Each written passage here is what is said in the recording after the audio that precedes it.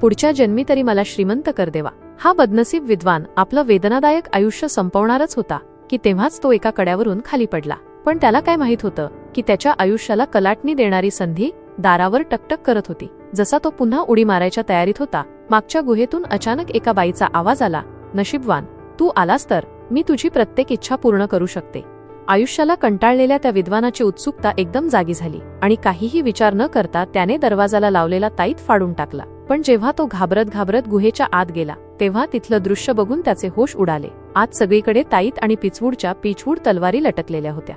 पायांखाली जादूटोणा पळवून लावणारे तांदूळ पसरले होते आणि भिंतींवर तर काळ्या कुत्र्याचं रक्त शिंपडलेलं होतं. हे भयानक दृश्य बघून विद्वानाचा आत्मा हादरला. तेव्हाच त्या बाईचा आवाज पुन्हा घुमला, नशीबवान, मी इथे आहे, मला बाहेर काढ. काय झालं, घाबरलास? आपलं नशीब बदलायची ही तुझी शेवटची संधी आहे.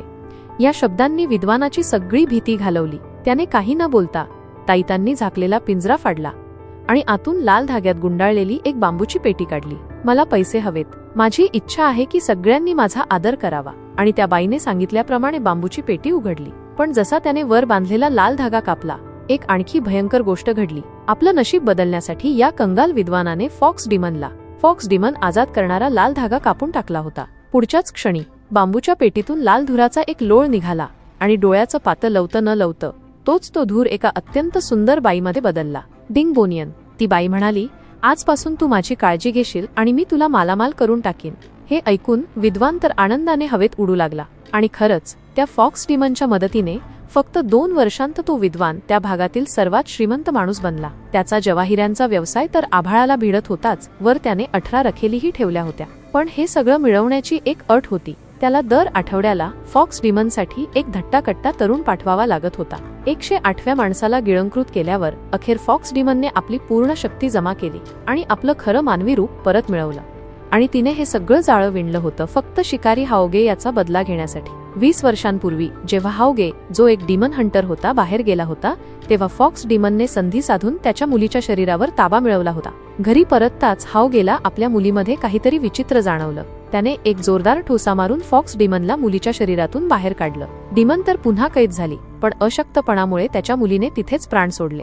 फॉक्स डिमनला पुन्हा जगाला त्रास देण्यापासून रोखण्यासाठी हाओगेने तिला त्याच गुहेत कैद केलं होतं, जिथे 20 वर्षांनंतर तिचा आत्मा आपोआप संपणार होता. पण कुणाला माहित होतं की तो कड्यावरून उडी मारणारा विद्वान तिला आजाद करेल. बिचाऱ्या विद्वानाला काय माहित होतं की आपली खरी शक्ती मिळवताच फॉक्स डिमन सर्वात आधी त्याच लोभी माणसाला संपवणार होती.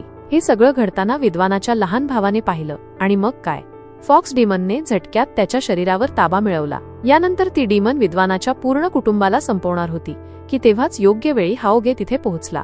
हाओगे आणि त्याच्या चेल्याने मिळून लाल दोऱ्यांनी फॉक्स डिमनला काही वेळासाठी ताब्यात घेतलं. पण फॉक्स डिमनने आपली कोणतीतरी धोकादायक चाल खेळली आणि तिच्या शरीरावर बांधलेल्या सगळ्या लाल दोऱ्या तुटून गेल्या. प्रकरण बिघडताना बघून डिमन लाल धुरामध्ये बदलून पळून जायची तयारी करू लागली.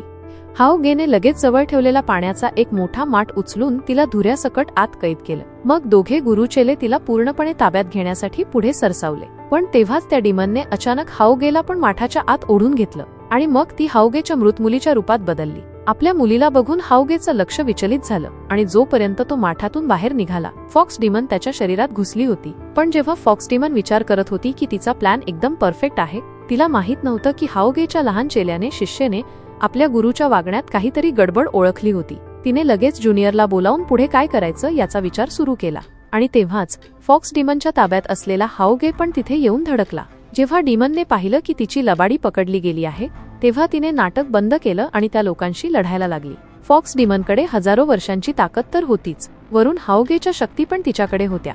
ते लोक मिळूनही तिचा सामना करू शकले नाहीत आणि लवकरच त्यांची वाईट अवस्था झाली. जशी फॉक्स डिमन त्या सगळ्यांना संपवणार होती, हाओगेने आपल्या जबरदस्त इच्छाशक्तीने आपल्या शरीराचा ताबा परत मिळवला. त्याला समजलं होतं की फॉक्स डिमनला हरवण्याचा एकच मार्ग आहे, तिच्यासोबत स्वतः पण संपून जाणं. म्हणून त्याने एक क्षणही विचार न करता पिचवूडची तलवार स्वतःच्याच हृदयात खुपसली. हाओगेच्या मृत्यूसोबतच जगावर कहर करणारी ती फॉक्स डिमन पण कायमची संपली. अखेर हे संकट टळलं. ज्युनियर आणि लहान शिष्याने आपल्या गुरु हाओगेचा वारसा पुढे नेला आणि वाईटाचा अंत करण्याच्या मार्गावर ते निघाले. आणि इथेच ही फिल्म संपते. अशाच आणखी जबरदस्त रिकॅपसाठी चॅनलला नक्की सबस्क्राईब करा आणि बेल आयकॉन दाबायला विसरू नका.